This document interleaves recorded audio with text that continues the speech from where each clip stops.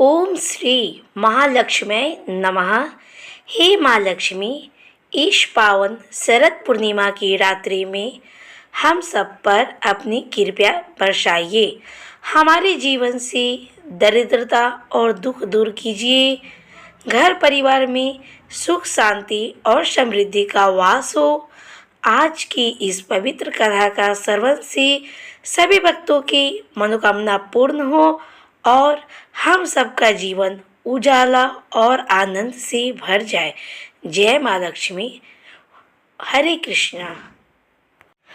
कथा आरंभ करने से पहले सभी भक्तजनों से मेरा निवेदन है कि यदि आप चैनल पर नए आए हैं तो कृपया चैनल को सब्सक्राइब जरूर कीजिएगा और कमेंट में हरे कृष्णा जरूर लिखिएगा।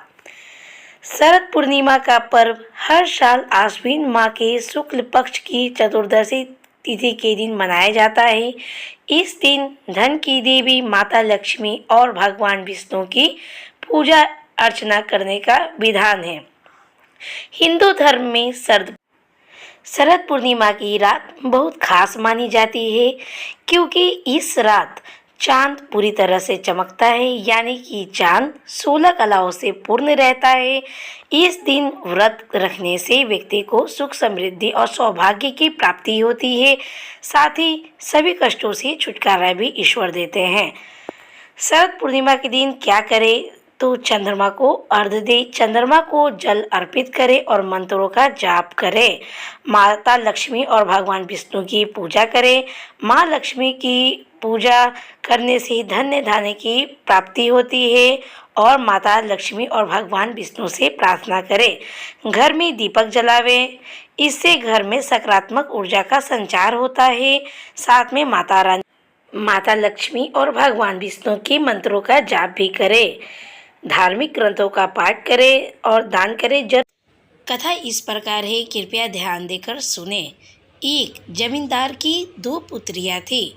पहली इस व्रत को पूरा करती थी तथा दूसरी अधूरा ही किया करती थी। अतः दूसरी को जो संतान होती थी वो मर जाया करती थी। तब पंडितों ने बताया कि तुम व्रत अधूरा करती हो, इससे तुम्हारी संतान जीवित नहीं रहती है। इतना जान लेने पर वह पूरा व्रत करने लगी, किंतु लड़का होते ही मर गया। तो वह मृत लड़के को उस पीढ़े पर लिटाकर बड़ी बहन को बुला लाई। उनकी सारी के छू जाने पर मृतक पुत्र पुनः जीवित हो गया। इससे उसे व्रत के प्रति विश्वास पैदा हो गया। तभी से इस व्रत का महत्व बढ़ गया। इसलिए शरद पूर्णिमा का व्रत लगन और भाव से करना चाहिए। सच्चे दिल से कोई भी काम करने से मनोकामना जरूर पूरी होती है।